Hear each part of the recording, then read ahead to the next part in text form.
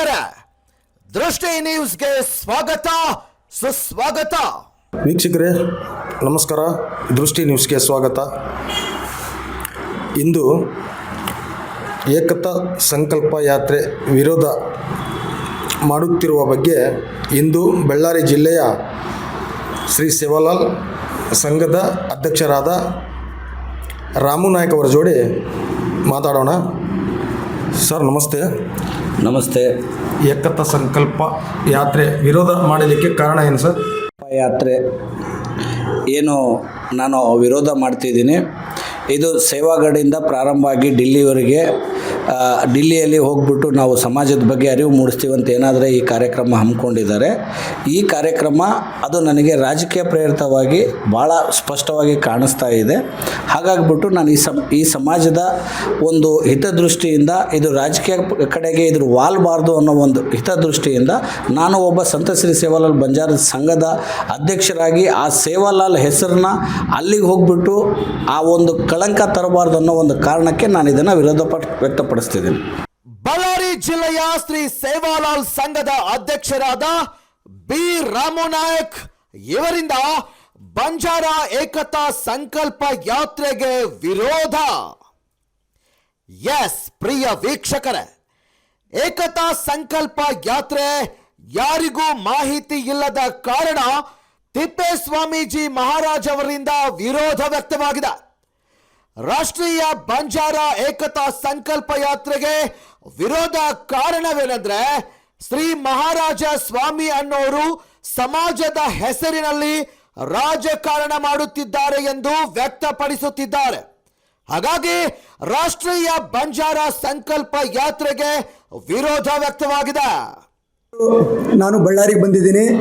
ಇವತ್ತೇನು ಬಂಜಾರ ಸಮುದಾಯದ ಒಂದು ಸೇವಾಗಢ ಒಂದು ಯಾತ್ರಾ ಸ್ಥಳದಿಂದ ಏಕತಾ ಸಂಕಲ್ಪ ಯಾತ್ರೆಗೇನು ವಿರೋಧ ವ್ಯಕ್ತಪಡಿಸ್ತಾ ಇದ್ದಾರೆ. ರಾಮನಾಯಕರು ಬಳ್ಳಾರಿಯವರು, ಬಂಜಾರ ಜಿಲ್ಲಾಧ್ಯಕ್ಷರು, ಸಮಾಜದವರು, ಅವ್ರನ್ನ ನಾವು ಇವತ್ತು ಮಾತಾಡಿಸೋ ಪ್ರಯತ್ನ ಮಾಡೋಣ. ರಾಮನಾಯಕರು ಇಲ್ಲೇ ಇದ್ದಾರೆ.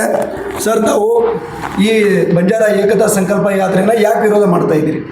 ಸರ್, ಇದು ಸಮಾಜಕ್ಕೆ ಒಂದು ರಾಜಕೀಯ ಪ್ರೇರಿತವಾಗಿ ಹೇಳ್ಕೊಂಡು ಹೋಗ್ತಾ ಇದೆ. ಏನು ಸೇವಾಗಢದಿಂದ ಡಿಲಿವರಿಗೆ ಏನಾದರೆ ನಾವು ಬಂಜಾರ ಏಕತಾ ಸಂಕಲ್ಪ ಯಾತ್ರೆಯನ್ನು ಹಮ್ಮಿಕೊಂಡಿದ್ದೀವಿ ಅಂತ ಏನಾದರೂ ಹೇಳಿದ್ದಾರೆ. ಇದ್ರ ಹಿಂದೆ ರಾಜಕೀಯ ಒಂದು ಭೂತ ಬಳದಿದೆ ಅಂತ ಹೇಳಿಬಿಟ್ಟು ನಾನು ವಿರೋಧ ವ್ಯಕ್ತಪಡಿಸ್ತಿದ್ದೀನಿ. ಸರ್, ನೀವು ಜನರಲ್ ಬಾಡಿ ಮೀಟಿಂಗಲ್ಲಿ ಇರ್ತೀರಿ, ತಮಗೆ ಗೊತ್ತಿಲ್ಲದೆ ಈ ಸಭೆಯೆಲ್ಲ ಮಾಡ್ಕೊಂಡು ಪ್ರಣಾಳಿಕೆ ಜಾರಿ ಮಾಡಿದ್ರೆ ಅವರು? ಸರ್, ಈಗ ನಾವು ಜನರಲ್ ಬಾಡಿಯಲ್ಲಿ ಇದ್ದು ಆ ಬಾಡಿನಲ್ಲಿ ಏನಾದರೆ ನಾವು ಮಾತಾಡಿದ್ದೀವಿ, ಅಲ್ಲಿ ಏನಾದರೆ ನಾವು ನಿರ್ಣಯಗಳನ್ನು ತೊಗೊಂಡಿದ್ದೀವಿ, ಆ ಸ್ಪಷ್ಟವಾಗಿ ನಿರ್ಣಯಗಳಿಗೆ ನಾವು ಬದ್ಧ ಇದ್ದೀವಿ. ಇದಕ್ಕಿಂತ ಮುಂಚೆ ನಮಗೆ ಆಲ್ರೆಡಿ ಜನರಲ್ ಬಾಡಿ ಮೀಟಿಂಗ್ ಕರೆದಾಗ ಅಲ್ಲಿ ಒಬ್ಬ ಟ್ರಸ್ಟಿನ ಸದಸ್ಯ, ನಾನು ಲೈಫ್ ಟೈಮ್ ಮೆಂಬರ್ಶಿಪ್ ತೊಗೊಂಡಿದ್ದು ಆ ಒಂದು ಸದಸ್ಯ, ಅಲ್ಲಿ ಏನಾದರೆ ನಡೆದಿದೆ ಅದಕ್ಕೆ ನಾವು ಸಮಾಜಕ್ಕೆ ಏನಾದರೂ ಒಂದು ಇದು ಕೊಡ್ತೀವಿ, ಸಂದೇಶ ಕೊಡ್ತೀವಿ ಅಂತ ಹೇಳಿಬಿಟ್ಟು ಅವತ್ತು ಮೀಟಿಂಗ್ ಮಾಡಿದರು. ಆಯಿತು, ಅದಕ್ಕೊಂದು ಡೇಟ್ ಅನೌನ್ಸ್ ಮಾಡ್ತೀವಿ ಅಂದರು.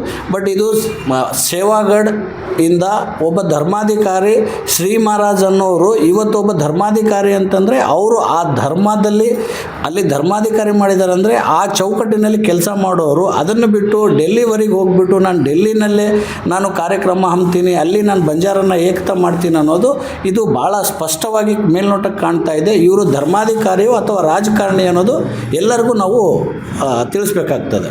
ಸರ್, ಈ ಯಾತ್ರೆ ಯಾರ ನೇತೃತ್ವದಲ್ಲಿ ನಡೀತಾ ಇದೆ? ಇದು ಶ್ರೀ ಮಹಾರಾಜ್ ಅನ್ನೋರ ನೇತೃತ್ವದಲ್ಲಿ ನಡೀತಾ ಇದೆ. ಬಂಜಾರ ಸಮುದಾಯದ ಸ್ವಾಮಿಗಳು ಎಷ್ಟು ಜನ ಸೇರ್ತಾ ಇದ್ದಾರೆ ಈ ಯಾತ್ರೆಗೆ? ನೋಡಿ, ಎಲ್ಲ ಸ್ವಾಮೀಜಿಗಳಿಗೆ ನಾನು ತಿಳಿಪಡಿಸ್ತೀನಿ. ಈಗ ಎಷ್ಟು ಸ್ವಾಮೀಜಿಗಳು ಅವ್ರಿಗೆ ಸಪೋರ್ಟ್ ಮಾಡ್ತಿದ್ದಾರೆ ಅನ್ನೋದು ನಾನು ಎಲ್ಲ ಸ್ವಾಮೀಜಿಗಳನ್ನು ನಾನು ಕೇಳಲಿಕ್ಕಾಗಲ್ಲ. ಬಟ್ ಬಂಜಾರ ಸಂಕಲ್ಪ ಯಾತ್ರೆ ಮಾಡಿದಾಗ ಎಲ್ಲ ಸ್ವಾಮೀಜಿಗಳು ಇವತ್ತು ಉಮೇಶ್ ಜಾಧವ್ ಅವರು ಸಪೋರ್ಟ್ ಮಾಡ್ತಿದ್ದಾರೆ ಅಂತ ಏನಾದರೂ ಇವ್ರು ಹೇಳ್ತಿದ್ದಾರೆ. ಆಲ್ ಇಂಡಿಯಾ ಬಂಜಾರ ಸೇವಾ ಸಂಘ ಅದರ ನೇತೃತ್ವದಲ್ಲಿ ಇವತ್ತು ಟೋಟಲ್ 5 ರಿಂದ 6 ವರ್ಷ ನಾನು ಅಲ್ಲಿ ಸೇವಾಲಾಲ್ ಜಯಂತಿಗೆ ನಾನು ಅಟೆಂಡ್ ಆಗಿದ್ದೀನಿ. ಅಲ್ಲಿರ್ತಕ್ಕಂಥ ಇಡೀ ಭಾರತ ದೇಶದಲ್ಲಿ ಇರ್ತಕ್ಕಂಥ ಬಂಜಾರರೆಲ್ಲ ಬಂದುಬಿಟ್ಟು ಸೇವಾಲಾಲ್ ಜಯಂತಿ ಮಾಡಿದ್ವಿ.